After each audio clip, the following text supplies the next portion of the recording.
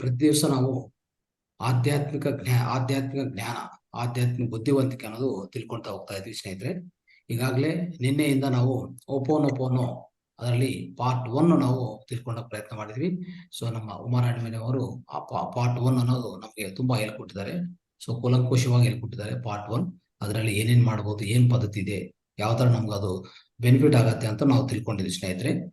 ಈಗ ಇವತ್ತಿನ ಆಧ್ಯಾತ್ಮಿಕ ಬುದ್ಧಿವಂತ ಕಾರ್ಯಕ್ರಮದಲ್ಲಿ ಸ್ನೇಹಿತರೆ ನಾವು ಒಪ್ಪೋನೋಪೋನೋ ಪಾರ್ಟ್ 2 ಅಂತ ತಿಳ್ಕೊಂಡ ಪ್ರಯತ್ನ ಮಾಡ್ತೀವಿ. ಅಂದ್ರೆ ನಮ್ಮ ಸಂಪಾದಕ್ಕಾಗಿ, ಆರೋಗ್ಯಕ್ಕಾಗಿ, ಸೊ ಒಳ್ಳೆ ಸಂಬಂಧಕ್ಕಾಗಿ, ಸೊ ಎಲ್ಲದಕ್ಕೂ ಈ ಪಾರ್ಟ್ 2 ಅಲ್ಲಿ ನಾವು ಪೂರ್ತಿ ಕೂಲಂಕಷವಾಗಿ ತಿಳ್ಕೊಂಡಕ್ಕೆ ಪ್ರಯತ್ನ ಮಾಡ್ತೀವಿ. ಸೊ ಈ ಜ್ಞಾನ ನೀಡೋದಕ್ಕೆ ಇವತ್ತಿನ ಕಾರ್ಯಕ್ರಮದಲ್ಲಿ ವಿಶಾಲಾಕ್ಷಿ ಮೇಡಮ್ ಅವರು ಈಗಾಗಲೇ ಜಾಯ್ನ್ ಆಗಿದ್ದಾರೆ. Madam, welcome to you. Thank you sir. ಧನ್ಯವಾದ ಮೇಡಮ್. ಸೊ ತಾವು ಇಂಥ ಜ್ಞಾನ ನಾವು ತಿಳಿಸ್ಕೊಟ್ಟಕ್ಕೆ ನಿಮ್ಗೆ ವಿನಂತಿ ಮಾಡ್ತಾ ಇದ್ದೀವಿ madam. Over to you. Thank you sir. ಮೊದಲನೆಯದಾಗಿ ನನಗೆ ಜನ್ಮ ನೀಡಿದ ತಂದೆ ತಾಯಿಗಳಿಗೆ, ಬ್ರಹ್ಮರ್ಷಿ ಪಿತಾಮಹ ಪತ್ರಿಜಿ ಅವರಿಗೂ, ಗುರುಮಾತೆ ಸ್ವರ್ಣಮಾಲಾ ಅಮ್ಮನವರಿಗೂ, ನನಗೆ ಮೊದಲನೇ ಸಲ ಧ್ಯಾನವನ್ನು ಹೇಳಿಕೊಟ್ಟ ಮನೋರಮಾ ಮೇಡಮ್ ಅವರಿಗೂ, ಧ್ಯಾನ ಮಾರ್ಗದಲ್ಲಿ ಮಾರ್ಗದರ್ಶನ ಮಾಡ್ತಾ ಬಂದಿರುವ ಪ್ರೇಮ್ನಾಥ್ ಸರ್ ಹಾಗೂ ಎಲ್ಲಾ ಪಿರಮಿಡ್ ಮಾಸ್ಟರ್ಸಿಗೂ, ಝೂಮ್ ಕ್ಲಾಸ್ ಹಾಗೂ ಯೂಟ್ಯೂಬ್ ನಲ್ಲಿ ಈ ಕಾರ್ಯಕ್ರಮವನ್ನು ವೀಕ್ಷಿಸುತ್ತಿರುವ ಎಲ್ಲಾ ಆತ್ಮ ಬಂಧುಗಳಿಗೂ ಕೋಟಿ ಕೋಟಿ ಪ್ರಣಾಮಗಳು ಮತ್ತು ಧನ್ಯವಾದಗಳು. ನಿನ್ನೆ ಮಾಸ್ಟರ್ಸ್ ಉಮಾರಾಣಿ ಮೇಡಮ್ ಅವರು ಹೊಪ್ಪನೊಪ್ಪನೋ ಟೆಕ್ನಿಕ್ ನ ಯಾವ ರೀತಿ ಅದು ಹೇಗೆ ಬಂತು ಅನ್ನೋದ್ರ ಬಗ್ಗೆ ನೀವೆಲ್ಲ ತಿಳ್ಕೊಂಡ್ರಿ. ಅದರ ಮುಂದಿನ ಭಾಗವನ್ನ ನಾನು ಈ ದಿನ ನನಗೆ ತಿಳಿದಿರೋ ವಿಷಯವನ್ನ ನಿಮ್ಮ ಹತ್ರ ಶೇರ್ ಮಾಡ್ಕೊಳ್ಳೋದಕ್ಕೆ ಇಷ್ಟಪಡ್ತೀನಿ. ನಿನ್ನೆ ದಿನ ನೋಡಿಲ್ಲ, ಇವತ್ತಿನಿಂದ ನೋಡ್ತಾ ಇದ್ದೀರಿ ಅಂದ್ರೆ ತೊಂದ್ರೆ ಇಲ್ಲ. ಇವತ್ತಿನಿಂದನೇ ಇದನ್ನ ಪ್ರಾರಂಭ ಮಾಡಿ. ಈ ಟೆಕ್ನಿಕ್ ತುಂಬಾ ಅದ್ಭುತವಾಗಿ ಕೆಲಸ ಮಾಡುತ್ತೆ. ಈ ದಿನ ನಿಮ್ಗೆ ಒಂದೆರಡು ಟಾಸ್ಕ್ ಗಳನ್ನ ನಿಮ್ಗೆ ಹೇಳೋದಕ್ಕೆ ನಾನು ಇಷ್ಟಪಡ್ತೀನಿ. ಮೊದಲನೇ ಟಾಸ್ಕ್ ಏನು ಅಂದ್ರೆ, ಕನ್ನಡಿಯ ಮುಂದೆ ನಿಂತ್ಕೊಂಡು ಎದ್ದ ತಕ್ಷಣ ಕನ್ನಡಿಯಲ್ಲಿ ನಿಮ್ಮ ಕಣ್ಣುಗಳನ್ನ ನೋಡ್ತಾ ಹೊಪ್ಪನೊಪ್ಪನೋ ಮಂತ್ರ ಹೇಳೋದು. ಅಂದ್ರೆ ಕನ್ನಡಿಯ ಮುಂದೆ ನಿಂತ್ಕೊಂಡು ನಿಮ್ಮ ಕಣ್ಣುಗಳನ್ನ ನೋಡ್ತಾ I am sorry, please forgive me, thank you, I love you ಅಂತ ಹೇಳ್ಬೇಕು. ಸೊ ಇನ್ನೊಂದು ಟಾಸ್ಕ್ ಏನು ಅಂತಂದ್ರೆ, ಈ ವರ್ಕ್ಶಾಪ್ ಮುಗಿಯೋವರೆಗೂ 100% ರೆಸ್ಪಾನ್ಸಿಬಿಲಿಟಿ ನಿಮ್ಮದೇ ಅಂತ ತಗೋಬೇಕು. ಹೆಲ್ತ್ ವಿಷಯ ಇರ್ಲಿ, ರಿಲೇಶನ್ಶಿಪ್ ಇರ್ಲಿ, ಮನಿ ರಿಲೇಟೆಡ್ ಏನೇ ಇಶ್ಯೂಸ್ ಬಂದ್ರು, ಹಸ್ಬೆಂಡ್ ಕರಿಯರ್ ಇರ್ಲಿ, ನಿಮ್ಮ ಕರಿಯರ್ ಇರ್ಲಿ, ಒಟ್ಟಿನಲ್ಲಿ ಏನೇ ಸಮಸ್ಯೆ ಬಂದ್ರು ಅದರ 100% ರೆಸ್ಪಾನ್ಸಿಬಿಲಿಟಿ, ಜವಾಬ್ದಾರಿ ನೀವೇ ಅಂತ ಒಪ್ಕೋಬೇಕು. ಅವರಿಂದ ಹೀಗಾಯ್ತು, ಇವರಿಂದ ಹೀಗಾಯ್ತು ಅಂತ ಕಂಪ್ಲೇಂಟ್ ಮಾಡದೆ ಪ್ರತಿ ಸಮಸ್ಯೆಗೆ ಈ ಹೊಪ್ಪನೊಪ್ಪನೋ ಟೆಕ್ನಿಕ್ ಅನ್ನ ಮಾಡ್ಕೋಬೇಕು. ನಮ್ಗೆಲ್ಲರಿಗೂ ಯಾವಾಗ್ಲೂ ಆರೋಗ್ಯವಾಗಿರ್ಬೇಕು ಅಂತ ಆಸೆ ಇರುತ್ತೆ. ಎಲ್ಲಾ ರಿಲೇಷನ್ಸ್ ಚೆನ್ನಾಗಿರ್ಬೇಕು, ಎಲ್ಲರ ಜೊತೆ ಹ್ಯಾಪಿ ಆಗಿರ್ಬೇಕು, ಸಂಪತ್ತಿರ್ಬೇಕು, ಮತ್ತೆ ತುಂಬಾ ವರ್ಷ ಈ ರೀತಿ ಸಂತೃಪ್ತಿಯಾದ ಜೀವನ ನಡೆಸ್ಬೇಕು ಅಂತ ನಮ್ಗೆ ಇರುತ್ತೆ.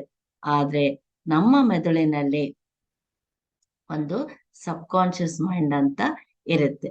ಅಲ್ಲಿರುವ ಎನರ್ಜಿ ಪ್ರಕಾರ ನಮ್ಮ ಲೈಫ್ ಡಿಪೆಂಡ್ ಆಗಿರುತ್ತೆ. ನಮ್ಮ ಆರೋಗ್ಯ ಸರಿ ಇಲ್ವಾ, ಸಂಪತ್ತು ಕಡಿಮೆ ಇದೆಯಾ, ಗಂಡ ಹೆಂಡತಿ ರಿಲೇಶನ್ಶಿಪ್ ಅಥವಾ ಫ್ಯಾಮಿಲಿಯಲ್ಲಿ ಯಾವುದೇ ರಿಲೇಶನ್ಶಿಪ್ ಇರಬಹುದು, ಮಕ್ಕಳ ಎಜುಕೇಶನ್ ಚಿಂತೆ, ಕರಿಯರ್ ಚಿಂತೆ ಇದ್ದಾಗ ನಾವು ಏನ್ ಮಾಡ್ಬೇಕು ಅಂತಂದ್ರೆ, ನಮ್ಮ ಸಬ್ ಕಾನ್ಶಿಯಸ್ ಮೈಂಡ್ ಅನ್ನ ಕ್ಲೀನ್ ಮಾಡ್ಬೇಕು, ನಮ್ಮ ಇನ್ನರ್ ಚೈಲ್ಡ್ ಅನ್ನ ನಾವು ಕ್ಲೀನ್ ಮಾಡ್ಬೇಕು. ಇದೇ ನಾವು ತೆಗೆದುಕೊಳ್ಬೇಕಾಗಿರುವ 100% ರೆಸ್ಪಾನ್ಸಿಬಿಲಿಟಿ. ಈ ಸಬ್ ಕಾನ್ಶಿಯಸ್ ಮೈಂಡ್ ಅನ್ನೋದು ಒಂದು ದೊಡ್ಡ ಬ್ಯಾಗ್ ಆಫ್ ಮೆಮರಿ. ನಮ್ಮ ಬಗ್ಗೆ ನಾವು ಏನನ್ನ ನಂಬ್ತೀವಿ, ಅದು ನಮ್ಮ ಜೀವನದಲ್ಲಿ ಏನೇನು ನಡೆದಿದೆ, ಎಲ್ಲ ಮೆಮೊರೀಸ್, ನಡೆದ ಘಟನೆಗಳು, ಜೀವಂತ ಅನುಭವಗಳು ಎಲ್ಲವೂ ನಮ್ಮ ಸಬ್ ಕಾನ್ಶಿಯಸ್ ಮೈಂಡ್ ನಲ್ಲಿ ರೆಕಾರ್ಡ್ ಆಗಿರುತ್ತೆ. ಈ ಲೈಫ್ ಟೈಮ್ ಮಾತ್ರವಲ್ಲ, from so many past lives, ಎಷ್ಟೋ ಜನ್ಮಗಳಿಂದ ಅದು ಕ್ಯಾರಿ ಮಾಡ್ತಾ ಇರುತ್ತೆ. ಸೊ ನಾವು ಅಂದುಕೊಂಡಿದ್ದು ನಡೆಯಬೇಕು ಅಂತಂದ್ರೆ ನಮ್ಮ ಸಬ್ ಕಾನ್ಶಿಯಸ್ ಮೈಂಡ್ ಕ್ಲೀನ್ ಆಗ್ಬೇಕು. ಯಾಕೆ ಅಂದ್ರೆ ನಮ್ಮ ಸಬ್ ಕಾನ್ಶಿಯಸ್ ಮೈಂಡ್ ನಲ್ಲಿ ಏನೇನು ಮೆಮರೀಸ್ ಇದೆಯೋ ಅದಕ್ಕೆ ಸಂಬಂಧಪಟ್ಟ ಮನುಷ್ಯರನ್ನ, ಅದಕ್ಕೆ ಸಂಬಂಧಪಟ್ಟ ಪರಿಸ್ಥಿತಿಗಳನ್ನ ಅದು ನಮ್ಮ ಮುಂದೆ ತಗೊಂಡ್ ಬರುತ್ತೆ. ಇನ್ ಕೇಸ್ ನಿಮ್ಮ ಲೈಫ್ ನಲ್ಲಿ ಇದು ಚೆನ್ನಾಗಿಲ್ಲ, ಅದು ಚೆನ್ನಾಗಿಲ್ಲ, ಚೇಂಜ್ ಮಾಡ್ಬೇಕು ಅಂತ ಅನ್ಕೊಂಡ್ರೆ ಮೊದಲು ನಿಮ್ಮ ಸಬ್ ಕಾನ್ಶಿಯಸ್ ಮೈಂಡ್ ನಲ್ಲಿರುವ ನಂಬಿಕೆಗಳು, ಮೆಮೊರೀಸ್ ಎಲ್ಲವನ್ನು ಈ ಒಪ್ಪನೊಪ್ಪನೋ ಮೂಲಕ ಚೇಂಜ್ ಮಾಡ್ಬೇಕು. ನಿಮ್ಗೆಲ್ಲ ಇನ್ನೊಂದು ವಿಷಯ ಗೊತ್ತಿದ್ಯಾ ಫ್ರೆಂಡ್ಸ್? ನಮ್ಮ ಸಬ್ ಕಾನ್ಶಿಯಸ್ ಮೈಂಡ್ ಏನು ಆಲೋಚನೆ ಮಾಡೋದಿಲ್ಲ, ಅದು ಕಾರಣ ಕೇಳೋದಿಲ್ಲ. ಇದು ಈ ರೀತಿ ಯಾಕೆ ನಡೀತು, ಆ ರೀತಿ ಯಾಕೆ ನಡೀತು, ಏನು ಕೇಳೋದಿಲ್ಲ. ಅದರ ಕೆಲಸ ಏನು ಅಂದ್ರೆ ನಾವು ಏನ್ ಹೇಳಿದ್ರೆ ಅದು, ನಾವು ಏನು ಕಮಾಂಡ್ ಕೊಟ್ಟರೆ ಅದನ್ನ ರೆಕಾರ್ಡ್ ಮಾಡ್ಕೊಳ್ಳುತ್ತೆ. ನೆಕ್ಸ್ಟ್ ಟೈಮ್ ನಾವು ಅಯ್ಯೋ ನನ್ಗೆ ಯಾಕೆ ಈ ತರ ಪರಿಸ್ಥಿತಿ ಬಂತು ಅಂತ ವರಿ ಮಾಡ್ತಾ ಇದ್ರೆ, ಇಲ್ಲ ನನಗೆ ಕಷ್ಟ ಇವರಿಂದ ಬಂತು ಅವರಿಂದ ಬಂತು ಅಂತ ಬ್ಲೇಮ್ ಮಾಡ್ತಾ ಇದ್ರೆ, ನಮ್ ಸಬ್ ಕಾನ್ಶಿಯಸ್ ಮೈಂಡ್ ಏನ್ ಮಾಡುತ್ತೆ ಗೊತ್ತಾ ಫ್ರೆಂಡ್ಸ್?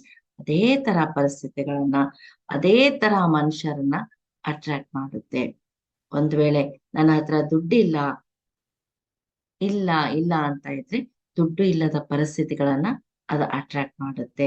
ನನ್ನ ಆರೋಗ್ಯ ಚೆನ್ನಾಗಿಲ್ಲ ಅಂತ ಎಲ್ರ ಮುಂದೆ ನೀವು ಹೇಳ್ತಾ ಇದ್ರೆ ಅಂತಹದೇ ಪರಿಸ್ಥಿತಿಗಳನ್ನ ಅದು ನಮ್ಮ ಮುಂದೆ ತಗೊಂಡ್ ಬರುತ್ತೆ. ನೋಡಿ, ಇದೆಲ್ಲವೂ ನೀವು ನಿಧಾನವಾಗಿ ಯೋಚನೆ ಮಾಡಿ. ಸೊ ನಮ್ಮ ಹೆಲ್ತ್ ಏನಾದ್ರೂ ಸ್ವಲ್ಪ ತೊಂದ್ರೆ ಆದ್ರೆ ಯಾರು ಬರ್ತಾರೋ ಮನೆಯವ್ರ ಹತ್ರ, ಹೊರಗಿನವ್ರ ಹತ್ರ ಫೋನ್ ನಲ್ಲಿ ಅಯ್ಯೋ ನನ್ಗೆ ಯಾಕೋ ಇವತ್ತು ಆರಾಮಿಲ್ಲ, ನನ್ಗೆ ತಲೆನೋವಾಗಿದೆ, ನನ್ಗೆ ಹಾಗಾಗಿದೆ ಅಂತ ನಾವು ರಿಪೀಟೆಡ್ಲಿ ಹೇಳ್ತಾ ಹೋಗ್ತೀವಿ. ಸೊ ಹಾಗೆ ಹೇಳಿದ್ದನ್ನ ನಮ್ ಸಬ್ ಕಾನ್ಶಿಯಸ್ ಮೈಂಡ್ ಏನ್ ಮಾಡುತ್ತೆ, ಓ ಇದನ್ನ ಅವ್ರೇನೋ ರಿಪೀಟ್ ಮಾಡ್ತಾ ಇದ್ದಾರೆ, ಇದನ್ನ ನಾನು ರೆಕಾರ್ಡ್ ಮಾಡ್ಕೋಬೇಕು ಅಂತ ಅಂದ್ಕೊಳ್ಳುತ್ತೆ. ನಮ್ಗೆ ಬಡತನ ಇದ್ರೆ, ವ್ಯಾಪಾರ ಚೆನ್ನಾಗ್ ಆಗಿಲ್ಲ ಅಂದ್ರೆ ಎಲ್ರ ಹತ್ರ ಏನ್ ಹೇಳ್ತೀವಿ, ಅಯ್ಯೋ ನನ್ ವ್ಯಾಪಾರನೇ ನಿಂತು ಹೋಗ್ಬಿಟ್ಟಿದೆ, ನನ್ ವ್ಯಾಪಾರ ಚೆನ್ನಾಗ್ ಆಗ್ತಾ ಇಲ್ಲ, ಯಾಕೋ ನನ್ಗೆ ಲಕ್ಕೇ ಇಲ್ಲ, ನನ್ ಹಣೆ ಬರನೇ ಇಷ್ಟು, ಹೀಗೆ ಎಲ್ಲಾ ಹೇಳ್ತಾ ಹೋಗ್ತೀವಿ. ನಮ್ಗೆ ನಮ್ಮಲ್ಲೇ ನಾವು ಹೇಳ್ಕೊಂತ ಹೋಗ್ತೀವಿ. ಅವಾಗ ಏನಾಗುತ್ತೆ, ಅಂಥದೇ ಪರಿಸ್ಥಿತಿಗಳನ್ನ ಅದು ಅಟ್ರಾಕ್ಟ್ ಮಾಡುತ್ತೆ. ಹಾಗೆ ಯಾರ ಜೊತೆ ಆದ್ರೂ ರಿಲೇಶನ್ ಸರಿ ಇಲ್ಲ ಅಂತಂದ್ರು ಕೂಡ ನಾವ್ ಹೇಳ್ತೀವಿ, ಓ ಅವ್ರ ಯಾಕೋ ನನ್ ಜೊತೆ ಸರಿ ಮಾತಾಡ್ತಾ ಇಲ್ಲ, ನಂದು ಅವ್ರದ್ದು ರಿಲೇಶನ್ ಸರಿ ಇಲ್ಲ, ಅವಳು ಸರಿ ಇಲ್ಲ, ಇವಳು ಸರಿ ಇಲ್ಲ, ಅವ್ರು ನಂಗೆ ರೆಸ್ಪೆಕ್ಟ್ ಕೊಡಲ್ಲ, ಈ ತರ ಎಲ್ಲ ನಾವು ಮಾತಾಡ್ತಾ ಹೋಗ್ತೀವಿ. ಅದು ಎಷ್ಟು ತಪ್ಪು ಅನ್ನೋದು ಈ ದಿನ ನೀವು ಅರ್ಥ ಮಾಡ್ಕೊಳ್ಳಿ. ಇದೆಲ್ಲವೂ ನಮ್ ಸಬ್ ಕಾನ್ಶಿಯಸ್ ಮೈಂಡ್ ಅಲ್ಲಿ ರೆಕಾರ್ಡ್ ಆಗ್ತಾ ಹೋಗುತ್ತೆ. ಸೊ ಆದ್ರಿಂದ ಯಾರನ್ನೂ ಬ್ಲೇಮ್ ಮಾಡಬೇಡಿ, ಯಾವ ಪರಿಸ್ಥಿತಿಯನ್ನೂ ನೀವು ಬ್ಲೇಮ್ ಮಾಡಬೇಡಿ. ಎಲ್ಲದಕ್ಕೂ ನಮ್ಮ ಸಬ್ ಕಾನ್ಶಿಯಸ್ ಮೈಂಡ್ ಅಲ್ಲಿರೋ ನಮ್ಮ ಮೆಮೊರೀಸ್ ಕಾರಣ, ನಮ್ಮ ಅಲ್ಲಿ ರೆಕಾರ್ಡ್ ಆಗಿರೋ ಘಟನೆಗಳೇ ಕಾರಣ. ಸೊ ಅದಕ್ಕೋಸ್ಕರ ಮೊದಲು ನಮ್ಮ ಸಬ್ ಕಾನ್ಶಿಯಸ್ ಮೈಂಡ್ ಅನ್ನ ನಾವು ಕ್ಲೀನ್ ಮಾಡ್ಬೇಕು. ಓಕೆ ಫ್ರೆಂಡ್ಸ್, ಯಾರನ್ನು ಬ್ಲೇಮ್ ಮಾಡಬೇಡಿ. ಈಗ ನಿಮ್ಮ ಮುಂದೆ ಇನ್ನೊಂದು ಟಾಸ್ಕ್ ಅನ್ನ ನಾವು ತಗೊಂಡ್ ಬರ್ತಾ ಇದ್ದೀನಿ. ಈಗ ನೀವು ಪೇಪರು ಮತ್ತೆ ಪೆನ್ ಅನ್ನ ತಗೊಳ್ಳಿ. ದಯವಿಟ್ಟು ಎಲ್ರೂ ಮನೆಯಲ್ಲೇ ಇರ್ತೀರಲ್ವಾ, ಒಂದು 3 ಮಿನಿಟ್ಸ್ ಅಲ್ಲಿ ನಿಮ್ಮ ಒಂದು ಪೇಪರ್ ಮತ್ತೆ ಪೆನ್ ಅನ್ನ ತಗೊಂಡ್ ಬನ್ನಿ. ನಾನು 3 ಮಿನಿಟ್ಸ್ ನಿಮ್ಗೆ ಕೊಡ್ತಾ ಇದ್ದೀನಿ.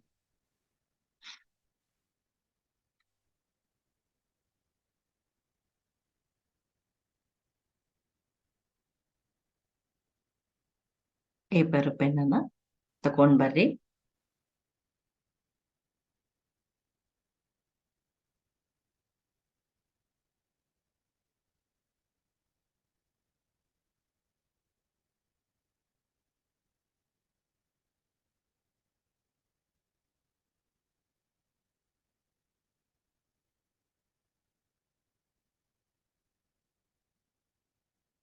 ಇನ್ನು 1 ಮಿನಿಟ್ ಇದೆ.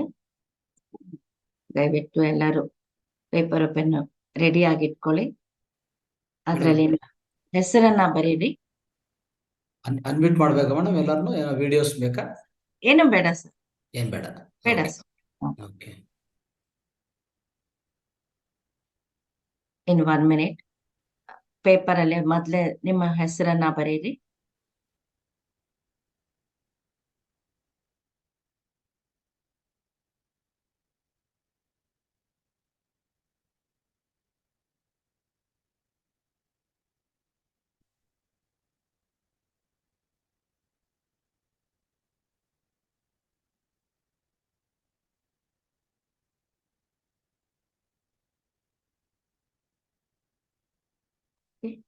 ಅದರಲ್ಲಿ 5 ಪಾಯಿಂಟ್ಸ್ ಬರಿಬೇಕು.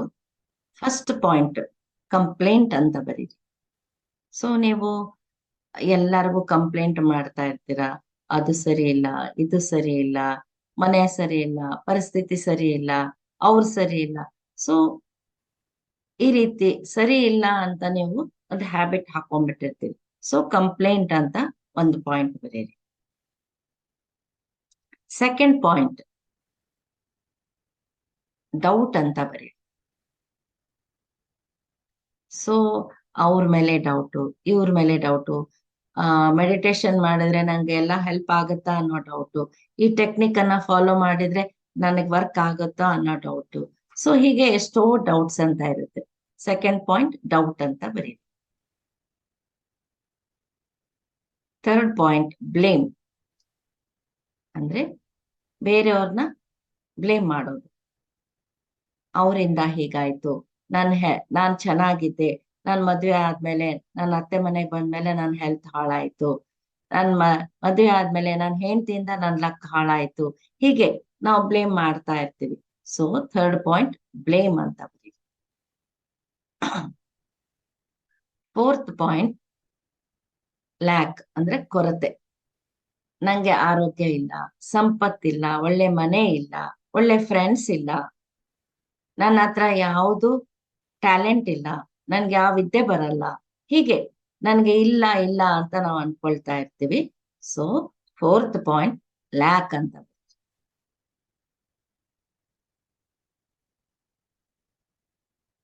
Fifth point victim. ಅಯ್ಯೋ ನನ್ನಿಂದಾನೇ ಹೀಗಾಯ್ತು, ನನ್ನಿಂದ ಇವರಿಗೆ ತೊಂದರೆ ಆಯ್ತು, ನನ್ನಿಂದ ಜಗಳ ಆಯ್ತು. ಸೊ ಹೀಗೆ ನಮ್ಮನ್ನ ನಾವು ತಪ್ಪು ಅಂತ ಅನ್ಕೊಳ್ತಾ ಇರ್ತೀವಿ, ತಪ್ಪಿತಸ್ಥರನ್ನಾಗಿ ಮಾಡ್ಕೊಳ್ತಾ ಇರ್ತೀವಿ. ಅದಕ್ಕೆ ವಿಕ್ಟಿಮ್ ಅಂತ ಬರೀರಿ. So first point complaint, second point blame, third point doubt, second point doubt, third point blame, fourth point lac ಅಂದ್ರೆ ಕೊರತೆ, ಫಿಫ್ತ್ ಪಾಯಿಂಟ್ ವಿಕ್ಟಿಮ್ ಅಂದ್ರೆ ನಾನೇ ತಪ್ಪಿತಸ್ಥರು ಅನ್ನೋ ರೀತಿ. ಸೊ ಇವನ್ನೆಲ್ಲ ಬರೆದು ಆ ಪೇಪರ್ ಅನ್ನ 4 ಭಾಗಗಳನ್ನಾಗಿ ಫಸ್ಟ್ ಸೆಕೆಂಡ್ ಫೋಲ್ಡ್ ಮಾಡಿಬಿಟ್ಟು ಅದರ ಮೇಲೆ ಒಂದು ನೀರಿನ ಗ್ಲಾಸ್ ಇಡಬೇಕು. ಈಗಲ್ಲ, ಸೊ ಜಸ್ಟ್ ನಿಮ್ಗೆ ಹೇಳ್ತಾ ಇದ್ದೀನಿ, ಆಮೇಲೆ ಇದನ್ನ ಮಾಡಿ. ಇದ್ರ ಮೇಲೆ ಒಂದು ನೀರಿನ ಗ್ಲಾಸ್ ಅಲ್ಲಿ ವಾಟರ್ ತಗೊಳ್ಳಿ, ಗಾಜಿನ ಗ್ಲಾಸ್ ಅಲ್ಲಿ ಅದ್ರ ಮೇಲೆ ಇಡ್ಬೇಕು. ಪ್ರತಿದಿನ 2 ಸಲ ಆ ನೀರನ್ನ ಚೇಂಜ್ ಮಾಡ್ತಾ ಹೋಗ್ಬೇಕು. ಹೀಗೆ ಮಾಡ್ತಾ ಇದ್ರೆ ನಿಮ್ಮ ಸಬ್ ಕಾನ್ಶಿಯಸ್ ಮೈಂಡ್ ನಲ್ಲಿರುವ ಎಲ್ಲಾ ಲಿಮಿಟಿಂಗ್ ಬಿಲೀಫ್ಸ್ ಎಲ್ಲವೂ ಕ್ಲಿಯರ್ ಆಗಿ ಹೋಗುತ್ತೆ. ಸೊ ನೋಡಿ, ನಿಮ್ ಸಬ್ ಕಾನ್ಶಿಯಸ್ ಮೈಂಡ್ ಅಲ್ಲಿರೋ ಲಿಮಿಟಿಂಗ್ ಬಿಲೀಫ್ಸ್ ನ ನೀವು ಪೇಪರ್ ಅಲ್ಲಿ ಬರ್ದಿದ್ದೀರಿ. ಸೊ ಅದ್ರ ಮೇಲೆ ನೀರಿಟ್ಟಾಗ ಆ ವಾಟರ್ ಅದನ್ನ ಅಬ್ಸರ್ವ್ ಮಾಡುತ್ತೆ. ಸೊ ಆ ನೀರನ್ನ ಚೆಲ್ಲಿ ಮತ್ತೆ ಬೇರೆ ನೀರನ್ನ ಹಾಕಿದಾಗ ಅದು ಕೂಡ ಅಬ್ಸರ್ವ್ ಮಾಡುತ್ತೆ. ಹೀಗೆ ಇದನ್ನ ನೀವು ಒಂದು 21 ಡೇಸ್ ಮಾಡಿದಾಗ ನಿಮ್ ಸಬ್ ಕಾನ್ಶಿಯಸ್ ಮೈಂಡ್ ಅಲ್ಲಿರೋದು ಎಲ್ಲವೂ, ಅಂದ್ರೆ ಯಾವ್ಯಾವ್ದು ಬೇಡವಾದ ಮೆಮೊರೀಸ್, ಲಿಮಿಟಿಂಗ್ ಬಿಲೀಫ್ಸ್ ಎಲ್ಲವೂ ಎರೇಸ್ ಆಗಿ ಹೋಗುತ್ತೆ. ಇದು ವಂಡರ್ಫುಲ್ ಟೆಕ್ನಿಕ್. ಹಾಗೆ ನಾವು ಪ್ರತಿದಿನ ಧ್ಯಾನ ಮಾಡ್ತಾ ಇದ್ರೆ ನಮ್ಮ ಸಬ್ ಕಾನ್ಶಿಯಸ್ ಮೈಂಡ್ ಕ್ಲೀನ್ ಆಗತ್ತೆ. ಆದ್ರೆ ತುಂಬಾ ಫಾಸ್ಟ್ ಆಗ್ಬೇಕು ಅಂದ್ರೆ ಈ ಟೆಕ್ನಿಕ್ ಅನ್ನ ನಾವು ಫಾಲೋ ಮಾಡ್ಬೇಕು. ಓಕೆ ಫ್ರೆಂಡ್ಸ್, ಇನ್ನು ನಿಮ್ಗೆ ಒಂದು ಬ್ಯೂಟಿಫುಲ್ ವಿಷಯ ಹೇಳೋಕೆ ಇಷ್ಟಪಡ್ತೀನಿ. ಇದನ್ನ ಫಾಲೋ ಮಾಡಿದ್ರೆ ನೀವು ಹೋಲ್ ಡೇ ಹ್ಯಾಪಿಯಾಗಿ ಹೆಲ್ದಿಯಾಗಿ ಇರ್ತೀರಿ. ನೀವು ಒಂದೊಂದ್ ದಿನ ತುಂಬಾ ಡಲ್ ಆಗಿ ಫೀಲ್ ಆಗ್ತಾ ಇರ್ತೀರಾ. ಎಲ್ಲಿಗೆ ಹೋಗ್ಬೇಕಂದ್ರು ಅಯ್ಯೋ ಬೇಡ ಅಂತ ಅನಿಸ್ತಾ ಇರ್ತದೆ, ಟಯರ್ಡ್ ಅಂತ ಅನಿಸ್ತಾ ಇರ್ತದೆ, ಸುಸ್ತು ಅಂತ ಅನಿಸ್ತಾ ಇರುತ್ತೆ. ಇದೆಲ್ಲದಕ್ಕೂ ಒಂದೇ ರೀಸನ್ ನೋಡಿ ಫ್ರೆಂಡ್ಸ್, ನಮ್ಗೆ ಹೆಲ್ತ್ ಬೇಕು ಅಂದ್ರು, ವೆಲ್ತ್ ಬೇಕು ಅಂದ್ರು, ರಿಲೇಶನ್ಶಿಪ್ ಚೆನ್ನಾಗಿರ್ಬೇಕು ಅಂದ್ರು ಎಲ್ಲವೂ ಒಂದರ ಮೇಲೆ ಡಿಪೆಂಡ್ ಆಗಿರುತ್ತೆ. ಅದೇ ನಮ್ಮ ಇನ್ನರ್ ಚೈಲ್ಡ್. ನಮ್ಗೆ ಮನಸ್ಸು ಚೆನ್ನಾಗಿಲ್ಲ, ಆರೋಗ್ಯ ಚೆನ್ನಾಗಿಲ್ಲ ಅಂದ್ರು ಅದೆಲ್ಲವೂ ನಮ್ಮ ಇನ್ನರ್ ಚೈಲ್ಡ್ ಕೈಯಲ್ಲಿದೆ ಅಂತ ತಿಳ್ಕೋಬೇಕು. ನಾವು ಹೊರಗಿನ ಪ್ರಪಂಚದಲ್ಲಿ ಇಷ್ಟು ಬ್ಯುಸಿ ಆಗಿರ್ತೀವಿ ಅಂದ್ರೆ ನಮ್ಮ ಇನ್ನರ್ ಚೈಲ್ಡ್ ಜೊತೆ ಕಮ್ಯುನಿಕೇಟ್ ಮಾಡೋದನ್ನ ಮರೆತು ಬಿಡ್ತೀವಿ. ಮೊದಲು ನಾವು ಇನ್ನರ್ ಚೈಲ್ಡ್ ಅಥವಾ ಅಂತರ್ ಶಿಶು ಅಂದ್ರೆ ಏನು ಅಂತ ತಿಳ್ಕೋಬೇಕು. ನಮ್ಮೆಲ್ಲರಲ್ಲಿ ಒಂದು ಸುಂದರವಾದ ಶಿಶು ತತ್ವ ಇದೆ. ಶಿಶು ತತ್ವ ಅಂದ್ರೆ ಅಪಾರವಾದ ಪ್ರೇಮ, ಕ್ಷಮಾಗುಣ, ಅಂಗೀಕಾರ ಮನೋಭಾವನೆ, ಅಮಾಯಕತ್ವ, ಇವೆಲ್ಲವೂ ಒಂದು ಮಗುವಿಗೆ ಇರಬೇಕಾದ ಗುಣಗಳು. ಇವೆಲ್ಲ ದೈವಿ ಗುಣಗಳು. ಆದ್ರೆ ನಾವು ಬೆಳೆದಂತೆಲ್ಲ ಕೆಲವು ಪರಿಸ್ಥಿತಿಗಳಿಂದ, ತಂದೆ ತಾಯಿಯ ಪ್ರಭಾವದಿಂದ, ಬೇರೆ ಯಾವುದೋ ಕಾರಣಗಳಿಂದ ಬೇರೆ ರೀತಿಯ ಸ್ವಭಾವನ ನಾವು ಅಳವಡಿಸ್ಕೊಂಡ್ಬಿಡ್ತೀವಿ. ಉದಾಹರಣೆಗೆ, ನಮ್ಮನ್ನ ನಾವು ಅಂಗೀಕರಿಸದೇ ಇರೋದು. ನಾನು ಅವರಿಗಿಂತ ಕಪ್ಪಗೆ ಇದ್ದೇನೆ, ಅವರಿಗಿಂತ ಗಿಡ್ಡಕ್ಕಿದ್ದೇನೆ, ನನ್ನ ಮೂಗು ಚೆನ್ನಾಗಿಲ್ಲ, ಅವ್ರ ಮೂಗು ಎಷ್ಟು ಶಾರ್ಪ್ ಆಗಿದೆ, ಅವಳಿಗೆ ಎಷ್ಟು ಉದ್ದ ಜಡೆ ಇದೆ, ನನ್ನ ಕೂದಲು ಸ್ವಲ್ಪನೇ ಇದೆ, ಅವರಷ್ಟು ಬುದ್ಧಿವಂತಿಕೆ ನನ್ನಲ್ಲಿಲ್ಲ. ಹೀಗೆ ಎಷ್ಟೋ ವಿಧವಾದ ಭಾವನೆಗಳು ನಮ್ಮಲ್ಲಿ ಬರ್ತಾ ಇರ್ತವೆ. ನಮ್ಮನ್ನ ನಾವು ಅಂಗೀಕಾರ ಮಾಡೋದಿಲ್ಲ. ಆದ್ರೆ ನಾವು ಚಿಕ್ಕವರಿದ್ದಾಗ ಹೇಗಿರ್ತೀವಿ? ನಮ್ಮ ರೂಪ ಹೇಗೆ ಇರ್ಲಿ, ನಾವು ಬಡವರಿದ್ರು ಶ್ರೀಮಂತರಿದ್ರು ಇದ್ಯಾವುದ್ರ ಬಗ್ಗೆ ನಾವು ತಲೆ ಕೆಡ್ಸ್ಕೊಳ್ಳೋದಿಲ್ಲ. ತುಂಬಾ ಸಂತೋಷವಾಗಿ ನಾವು ಆಟ ಆಡ್ತಾ ಇರ್ತೀವಿ, ಎಲ್ಲರ ಜೊತೆ ಹ್ಯಾಪಿಯಾಗಿ ಇರ್ತೀವಿ. ನಾವು ಚಿಕ್ಕವರಿದ್ದಾಗ ನಮ್ಗೆ ಎಷ್ಟೋ ಅವಶ್ಯಕತೆಗಳಿರುತ್ತೆ. ಶಾರೀರಿಕ ಅವಶ್ಯಕತೆಗಳು, ಮಾನಸಿಕ ಅವಶ್ಯಕತೆಗಳು, ಭಾವನಾತ್ಮಕ ಅವಶ್ಯಕತೆಗಳು. ನಾವು ಚಿಕ್ಕವರಿದ್ದಾಗ ನಮ್ಮ ತಂದೆ ತಾಯಿ ಇವರಿಂದ ಅನ್ಕಂಡೀಷನಲ್ ಪ್ರೀತಿ ಸಿಗದೇ ಇದ್ದಾಗ ನಮ್ಮನ್ನ ನಾವು ಅಂಗೀಕರಿಸುವುದು ಕಷ್ಟ ಆಗುತ್ತೆ. ಏನೋ ಭಯ, ಒಂದು ಖಾಲಿತನ, ಎಂಪ್ಟಿನೆಸ್, ಅಭದ್ರತಾ ಭಾವನೆ ಉಂಟಾಗ್ತಾ ಇರುತ್ತೆ. ಸೊ ಈ ಅಂತರ್ ಶಿಶುವಿಗೆ ಹೀಗೆ ನಾನಾ ಕಾರಣಗಳಿಂದ ನೋವಾಗಿರ್ತದೆ, ದುಃಖವಾಗಿರುತ್ತೆ. ಸೊ ಚಿಕ್ಕ ವಯಸ್ಸಿನಲ್ಲಿ ಪ್ರೀತಿ, ಪ್ರಶಂಸೆ ಏನೇನು ಸಿಕ್ಕಿಲ್ವೋ ಅವೆಲ್ಲವನ್ನ ನಮ್ಮ ಅಂತರ್ ಶಿಶುವಿಗೆ ನಾವೇ ಕೊಡ್ಬೇಕು.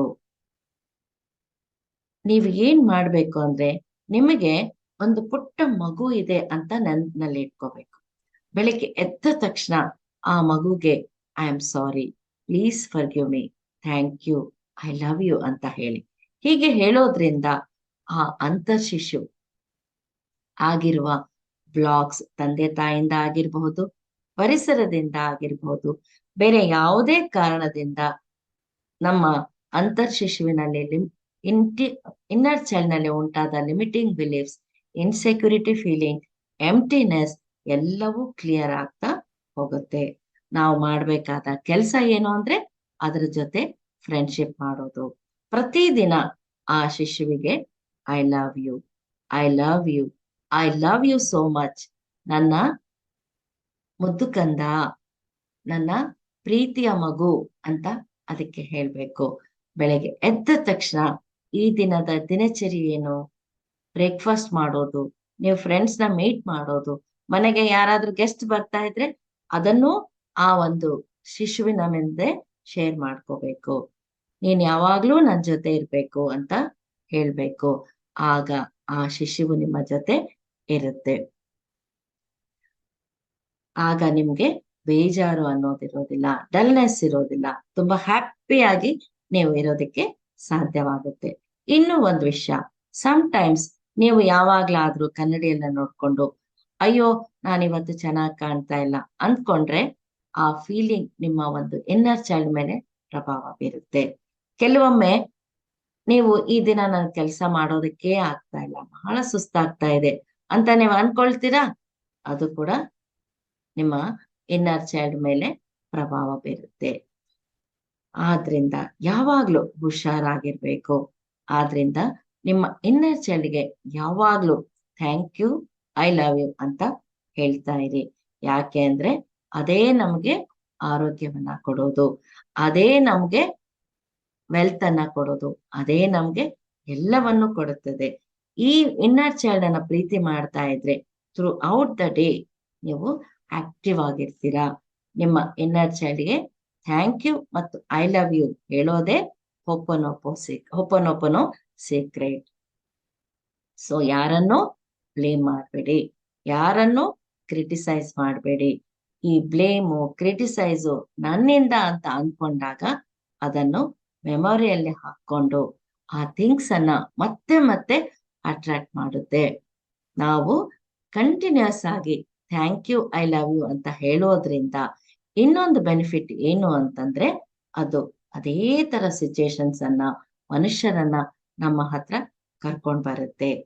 Thank you, I love you ಅಂತ ಹೇಳುವ ಸಿಚುಯೇಷನ್ಸ್ ಅನ್ನ. ಇದಕ್ಕಿಂತ ನಮ್ಗೆ ಇನ್ನೇನು ಬೇಕು ಫ್ರೆಂಡ್ಸ್? ಸೊ ಈ ಥ್ಯಾಂಕ್ ಯು ಮತ್ತು ಐ ಲವ್ ಯು ನ ನೀವು ತುಂಬಾ ಪ್ರಾಕ್ಟೀಸ್ ಮಾಡಬೇಕು. ಸೊ ಕನ್ನಡಿಯ ಮುಂದೆ ನಿಂತ್ಕೊಂಡು ನೀವು ಬೆಳಗ್ಗೆ ಎದ್ದ ತಕ್ಷಣ I love you so much ಅಂತ ಹೇಳ್ಬೇಕು. ಮತ್ತೆ I am sorry, please forgive me, thank you, I love you ಅಂತ ನಿಮ್ಮ ಕಣ್ಣನ್ನ ನೀವು ನೋಡ್ತಾ ಹೇಳ್ಬೇಕು. ಹಾಗೆ ಎದ್ದ ತಕ್ಷಣ ನಿಮ್ಮ ಇನ್ನರ್ ಚೈಲ್ಡ್ಗೆ I am sorry my inner child, please forgive me, thank you, I love you ಅಂತ ಹೇಳ್ಬೇಕು. ಯಾವತ್ತು ನೀವು ನಿಮ್ಮ ಇನ್ನರ್ ಚೈಲ್ಡ್ ಜೊತೆ ಕನೆಕ್ಟೆಡ್ ಆಗಿರ್ಬೇಕು. ನಾವೆಲ್ಲ ಏನ್ ಮಾಡ್ತೀವಿ? ಸೊ ನಮ್ಮ ಇನ್ನರ್ ಚೈಲ್ಡ್ ಅಂದ್ರೆ ಅದು ನಾವೇ. ನಾವು ಈ ಸೆಲ್ಫ್ ಲವ್ ಮಾಡೋದನ್ನ ತುಂಬಾ ಮರಿತೀವಿ. ಯಾರು ನಮ್ಗೆ ಸೆಲ್ಫ್ ಲವ್ ಮಾಡೋದನ್ನ ಹೇಳೋದಿಲ್ಲ. ಆದ್ರೆ ಸೆಲ್ಫ್ ಲವ್ ಮಾಡೋದ್ರಿಂದ ನಾವು ಯಾವಾಗ್ಲೂ ಪಾಸಿಟಿವ್ ಆಗಿರೋದಕ್ಕೆ ಸಾಧ್ಯ ಆಗುತ್ತೆ. ಯಾರಿಗೆ ಸೆಲ್ಫ್ ಲವ್ ಇಲ್ಲ ಅವರಲ್ಲಿ ಹೆಚ್ಚಾಗಿ ನೆಗೆಟಿವ್ ಫೀಲಿಂಗ್ಸ್ ಬರುತ್ತೆ. ಸೊ ನೆಗೆಟಿವ್ ಅಂತಂದ್ರೆ ಪ್ರತಿಯೊಂದು ಇನ್ನೊಬ್ರನ್ನ ಬ್ಲೇಮ್ ಮಾಡೋದು, ಪರಿಸ್ಥಿತಿಯನ್ನ ಬ್ಲೇಮ್ ಮಾಡೋದು, ಬೇರೆಯವ್ರ ಬಗ್ಗೆ ಆಡ್ಕೊಳ್ಳೋದು, ನಮ್ಮಲ್ಲಿ ಜಲಸ್ಸು, ಅತಿಯಾದ ಆಸೆ, ಈ ಎಲ್ಲ ನೆಗೆಟಿವ್ ಫೀಲಿಂಗ್ಸು ನಮ್ಮಲ್ಲಿ ಬರೋದಕ್ಕೆ ಪ್ರಾರಂಭ ಆಗುತ್ತೆ. ಯಾವಾಗ ನಮ್ಮಲ್ಲಿ ಸೆಲ್ಫ್ ಲವ್ ಇಲ್ಲದೆ ಇದ್ದಾಗ, ನಮ್ಮನ್ನ ನಾವು ಪ್ರೀತಿ ಮಾಡದೇ ಇದ್ದಾಗ ನಾವು ಬೇರೆಯವರನ್ನ ಪ್ರೀತಿ ಮಾಡೋದಕ್ಕೆ ಸಾಧ್ಯನೇ ಇಲ್ಲ. ಸೊ ನಮ್ಮನ್ನ ನಾವು ಪ್ರೀತಿ ಮಾಡ್ಬೇಕು. ನಮ್ಮನ್ನ ನಾವು ಅಂದ್ರೆ ನಮ್ಮ ಒಂದು ಆತ್ಮವನ್ನ, ನಮ್ಮ ಒಂದು ಇನ್ನರ್ ಚೈಲ್ಡ್ ಅನ್ನ, ಅದು ಏನು ಹೇಳುತ್ತೆ ಅನ್ನೋದನ್ನ ನಾವು ತಿಳ್ಕೋಬೇಕು. ಹಾಗೆ ಮೊದಲನೇದಾಗಿ ಕನ್ನಡಿಯ ಮುಂದೆ ನಿಂತ್ಕೊಂಡು I am sorry, please forgive me, thank you, I love you ಅಂತ ದಿನಕ್ಕೆ 3 ಸಲ ಹೇಳ್ಕೊಳ್ಳಿ. ಹಾಗೆ ಆ ಒಂದು ಪೇಪರ್ ಅಲ್ಲಿ 5 ಪಾಯಿಂಟ್ಸ್ ಬರ್ದಿದ್ದೀರಲ್ವಾ, ಆ ಪೇಪರ್ ಮೇಲೆ ನೀರಿನ ಗ್ಲಾಸ್ ಇಟ್ಟು ಅದನ್ನ ದಿನಕ್ಕೆ 2 ಸಲ ಆ ನೀರನ್ನ ಚೆಲ್ಬೇಕು. ಹೀಗೆ ಪ್ರತಿದಿನ ಬೆಳಗ್ಗೆ ಎದ್ದ ತಕ್ಷಣ ನಿಮ್ಮ ಇನ್ನರ್ ಚೈಲ್ಡ್ಗೆ ನೀವು I am sorry, please forgive me, thank you, I love you ಅಂತ ಕೇಳ್ಕೊಂಡು ಯಾವಾಗ್ಲೂ ನಿಮ್ಮ ಇನ್ನರ್ ಚೈಲ್ಡ್ ಜೊತೆ ನೀವು ಕನೆಕ್ಟೆಡ್ ಆಗಿರ್ರಿ. ಮತ್ತೆ ಸಮಯ ಸಿಕ್ಕಾಗೆಲ್ಲ thank you, I love you ಅಂತ ಹೇಳ್ಕೊಳ್ತಾ ಇರಿ. ಇವೆಲ್ಲವೂ ಮಾಡೋದ್ರಿಂದ ನಿಮಗೆ ಬೇಕಾಗಿರೋ ಹೆಲ್ತ್, ವೆಲ್ತ್, ರಿಲೇಶನ್ಶಿಪ್ ಎಲ್ಲವೂ ನಿಮ್ಗೆ ಸಾಧ್ಯ ಆಗತ್ತೆ. ಹಾಗೆ ನನ್ನ ಈ ಹೋಪೋನೋಪೋನೋ ಟೆಕ್ನಿಕ್ ಕೂಡ ನಾನು ರೀಸೆಂಟ್ ಆಗಿ ಇದರ ಬಗ್ಗೆ ತಿಳ್ಕೊಂಡೆ. ಆದ್ರೆ ತಿಳ್ಕೊಂಡ ತಕ್ಷಣ ನಾವು ವರ್ಕ್ಶಾಪ್ ಮಾಡಿದ್ರೆ ಚೆನ್ನಾಗಿರೋದಿಲ್ಲ ಅಲ್ವಾ? ಆದ್ರಿಂದ ಇವುದನ್ನ ನಮ್ಮ ಗ್ರೂಪ್ ನಾವೆಲ್ಲರೂ ಟ್ರಯಲ್ ಮಾಡಿದ್ವಿ. ಸೊ ನಮ್ಮ ಮನೆ ಗಾರ್ಡನ್ ಅಲ್ಲಿ ಹೊರಗಡೆ 2 ದೊಡ್ಡ ಗಿಡಗಳಿದೆ. ಆ ಗಿಡದಲ್ಲಿ ಯಾಕೋ ಏನೋ ಅದು ಎಲೆಗಳೆಲ್ಲ ಉದುರು ಹೋಗ್ತಾ ಇತ್ತು. ನಾನು ಈ ಹೋಪೋನೋಪೋನೋ ಟೆಕ್ನಿಕ್ ಅಲ್ಲಿ ಗಿಡಗಳ ಜೊತೆ, ನಮ್ಮ ಫರ್ನಿಚರ್ ಜೊತೆ, ಯಾರು ನಮ್ ಜೊತೆ ರಿಲೇಶನ್ ಇರ್ತಾರೆ ಎಲ್ಲರಿಗೂ ಈ I am sorry, please forgive me, thank you, I love you ಹೇಳ್ಬೇಕು ಅಂತ ನಾನು ಕೇಳ್ಪಟ್ಟಿದ್ದೆ. ಆದ್ರಿಂದ ಟ್ರಯಲ್ ಮಾಡೋಣ ಅಂತ ನಾನು ಆ ಗಿಡಗಳ ಹತ್ರ ಹೋಗಿ ಅದನ್ನ ಮುಟ್ಟಿ ಈ ಒಂದು ಹೋಪೋನೋಪೋನೋ ಟೆಕ್ನಿಕ್ ಅನ್ನ ಹೇಳ್ಕೊಂಡೆ. ಐ ಆಮ್ ಸಾರಿ, ನೀನು ಯಾಕೆ ಒಣಗಿದ್ಯಾ ಗೊತ್ತಿಲ್ಲ, ಪ್ಲೀಸ್ ಫರ್ಗಿವ್ ಮಿ, ನನಗೆ ನೀನು ಚೆನ್ನಾಗಿ ಕಾಣೋದು ಇಷ್ಟ, ನಿನ್ ಗಿಡ ತುಂಬಾ ಹಸಿರು ಎಲೆ ಇರ್ಬೇಕು, so thank you, I love you ಅಂತ ಪ್ರತಿದಿನ 5 ಸಲ ಎದ್ದ ತಕ್ಷಣ ಆ ಗಿಡಗಳ ಹತ್ರ ಹೋಗಿ ಹೇಳ್ಕೊಂತ ಬಂದೆ. ಒಂದು ಗಿಡ ಮಾತ್ರ 1 ವಾರದಲ್ಲಿ ಚಿಗುರು ಬಿಡ್ತು. ಆದ್ರೆ ಇನ್ನೊಂದು ಗಿಡ 1 ತಿಂಗಳು ತಗೊಂತು ಟೈಮ್. ನಿನ್ನೆಯಿಂದ ಅದರಲ್ಲಿ ಹೊಸ ಎಲೆ ಬರೋದು ಪ್ರಾರಂಭ ಆಗಿದೆ. ಸೊ ನೋಡಿ ಫ್ರೆಂಡ್ಸ್, ಈ ಹೋಪೋನೋಪೋನೋ ಟೆಕ್ನಿಕ್ ತುಂಬಾ ವರ್ಕ್ ಆಗುತ್ತೆ. ಯಾಕೆಂದ್ರೆ ಇದರಲ್ಲಿ 4 ಯೂನಿವರ್ಸಲ್ ಲಾಸ್ ಇದೆ. ಕ್ಷಮಾಪಣೆ, ಕೃತಜ್ಞತಾ ಭಾವನೆ, ಸೆಲ್ಫ್ ಲವ್, ಪ್ರತಿಯೊಂದು ಇದರಲ್ಲಿದೆ. ಸೊ ಯೂನಿವರ್ಸಲ್ ಲಾಸ್ ಅನ್ನ ನಾವು ಮಂತ್ರದ ತರ ಹೇಳ್ಕೊಂಡಾಗ ಅದು ನಮ್ಗೆ ತುಂಬಾ ಬೇಗ ವರ್ಕ್ ಆಗುತ್ತೆ. ಹಾಗೆ ನಾವು ಲ್ಯಾಪ್ಟಾಪ್ ಮುಂದೆ ಕೂತ್ಕೊಂಡಾಗ ಅದಕ್ಕೆ ಸಡನ್ ಆಗಿ ವೈಫೈ ಡೌನ್ ಆಗ್ಬಿಡ್ತು. ಇನ್ನೊಂದು 5 ಮಿನಿಟ್ಸ್ ಅಲ್ಲಿ ನನ್ನ ಕ್ಲಾಸ್ ಇದೆ. ಸೊ ನಾನು ಆ ಲ್ಯಾಪ್ಟಾಪ್ಗೆ ಆ ವೈಫೈಗೆ sorry, please forgive me, thank you, I love you ಅಂತ ಹೇಳ್ಕೊಂಡ ತಕ್ಷಣ ಇಮಿಡಿಯೇಟ್ ಆಗಿ ಆ ವೈಫೈ ಕನೆಕ್ಷನ್ ಸರಿ ಹೋಯ್ತು. ನೋಡಿ, ಇದು ಅರ್ಜೆಂಟ್ ಆಗಿದೆ, ಅದರಿಂದ ಅದು ಅರ್ಜೆಂಟ್ ಆಗಿ ನಮ್ಗೆ ವರ್ಕ್ ಆಗಿದೆ. ಹಾಗಂತ ಪ್ರತಿಯೊಂದು ಇಮಿಡಿಯೇಟ್ ಆಗಿ ಆಗ್ಬೇಕು ಅಂತ ಏನಿಲ್ಲ. ಎಲ್ಲವೂ ನಮ್ಮ ಸಬ್ ಕಾನ್ಶಿಯಸ್ ಮೈಂಡ್ ಅಲ್ಲಿರೋ ಮೆಮೊರೀಸ್ ಮೇಲೆ ಡಿಪೆಂಡ್ ಆಗುತ್ತೆ. ಆದ್ರಿಂದ ನಾವು ಧ್ಯಾನ ಸಾಧನೆ ತುಂಬಾ ತುಂಬಾ ಮುಖ್ಯವಾಗಿ ಮಾಡ್ಬೇಕು. ಧ್ಯಾನ ಸಾಧನೆ ಮಾಡ್ತಾ ಈ ಟೆಕ್ನಿಕ್ಸ್ ಅನ್ನ ಯೂಸ್ ಮಾಡಿಕೊಂಡು ನಮಗೆ ಬಂದಿರುವ ತೊಂದರೆಗಳನ್ನ ನಾವು ನಿವಾರಣೆ ಮಾಡಿಕೊಂಡು, ಹಾಗೆ ನಮ್ಮ ಧ್ಯಾನ ಸಾಧನೆಯಲ್ಲಿ ನಾವು ಮುಂದೆ ಹೋಗ್ತಾ ನಮ್ಮ ಲೈಫ್ ಅನ್ನ ನಾವು ಹ್ಯಾಪಿಯಾಗಿ ಕಳಿಬೇಕು. ನಮ್ಮ ಗುರುಗಳು ಏನ್ ಹೇಳಿದ್ದಾರೆ, ಲೈಫ್ ಇರೋದೇ ಹ್ಯಾಪಿ ಆಗಿರೋದಕ್ಕೆ, ಸಂತೋಷವಾಗಿರೋದಕ್ಕೆ, ಆನಂದೋ ಬ್ರಹ್ಮ ಅಂತ ಗುರುಗಳು ಹೇಳಿದ್ದಾರೆ. ಎಲ್ಲಾ ಟೆಕ್ನಿಕ್ಸ್ ಅನ್ನ ಯೂಸ್ ಮಾಡಿಕೊಂಡು ಪ್ರತಿದಿನ ಧ್ಯಾನ ಸಾಧನೆ ಮಾಡಿಕೊಂಡು ನಾವು ಎಲ್ಲರ ಜೊತೆ ನಗ್ನಗ್ತಾ ಇರೋಣ, ಆರೋಗ್ಯವಾಗಿರೋಣ. ನಮ್ಗೆ ಬೇಕಾದಷ್ಟು ಸಂಪತ್ತನ್ನ ಪಡ್ಕೊಂಡು ಅದನ್ನ ಮತ್ತೆ ನಾವು ನಮಗೋಸ್ಕರ, ಯೂನಿವರ್ಸ್ ಕೆಲ್ಸಕ್ಕೋಸ್ಕರ ನಾವು ಅದನ್ನ ಖರ್ಚು ಮಾಡೋಣ. ಲೈಫ್ ಅಂದ್ರೆ ತುಂಬಾ ಸಂತೋಷ. ಲೈಫ್ ಅಂದ್ರೆ ನಾವು ಮತ್ತೆ ಮತ್ತೆ ಲೈಫ್ ಬೇಕು ನಮ್ಗೆ ಅಂತ ಅನ್ನೋ ಹಾಗೆ ನಾವು ಜೀವನ ಮಾಡೋಣ ಫ್ರೆಂಡ್ಸ್. Thank you friends. ಇಷ್ಟು ಹೊತ್ತು ಶಾಂತ ರೀತಿಯಿಂದ ಈ ಒಂದು ಓಪನ್ ಟೆಕ್ನಿಕ್ ಬಗ್ಗೆ ನೀವು ಕೇಳಿದ್ದೀರಾ. ಅವಕಾಶ ಮಾಡಿಕೊಟ್ಟ ಮಹಾವತಾರ್ ಫೌಂಡೇಶನ್ ನ ಪ್ರತಿಯೊಬ್ಬರಿಗೂ, ಹಾಗೆ ತಾಳ್ಮೆಯಿಂದ ಕೇಳಿದ ನಿಮಗೂ ನಾನು ಧನ್ಯವಾದಗಳನ್ನ ಹೇಳೋದಕ್ಕೆ ಇಷ್ಟಪಡ್ತೀನಿ. Thank you, thank you, thank you. Thank you very much madam. ತುಂಬಾ ಧನ್ಯವಾದಗಳು. ಯಾಕಂದ್ರೆ ಪಾರ್ಟ್ 2 ಅಲ್ಲಿ ಇನ್ ಸ್ವಲ್ಪ ಅಂಶಗಳು ಈ ಪಾರ್ಟ್ 2 ಅಲ್ಲಿ ನಾವು ತಿಳ್ಕೊಂಡಿದ್ವಿ ಎಲ್ಲರೂ. ಖಂಡಿತವಾಗಿ ಎಲ್ಲ ಸ್ನೇಹಿತರೆ ಪ್ರತಿಯೊಬ್ಬರು ನಾವು ಪಾಲನೆ ಮಾಡೋಣ. ಸೊ ಮೇಡಮ್ ಹೇಳ್ಕೊಟ್ಟಿರೋದು ಮತ್ತೆ ನಾಳೆನೂ ಇನ್ ಸ್ವಲ್ಪ ಅಂಶಗಳು ಬರುತ್ತೆ. ಇದೇ ತರ ನಾವು ಇನ್ನೂ 2 ಪಾರ್ಟ್ಸ್ ಇದೆ. ಈಗ ಪಾರ್ಟ್ 2 ಇವತ್ತಾಗಿದೆ, ಇನ್ನೂ 2 ಪಾರ್ಟ್ಸ್ ಇದೆ. ಖಂಡಿತವಾಗಿ ಎಲ್ಲ ನಾವು ಪಡೆದು ಎಲ್ಲ ಪ್ರಾಕ್ಟೀಸ್ ಅಲ್ಲಿ ಇಟ್ಕೊಂಡು ಆಚರಣೆ ಇಟ್ಕೊಂಡು ಖಂಡಿತವಾಗಿ ಸೊ ಇದರಿಂದ ಎಷ್ಟೋ ಲಾಭ ಅನ್ನೋದು ಪ್ರತಿಯೊಬ್ಬರು ಪಡೆಯೋಣ. Thank you very much. Thank you very much. ಧನ್ಯವಾದ. Thank you sir. Thank you so much.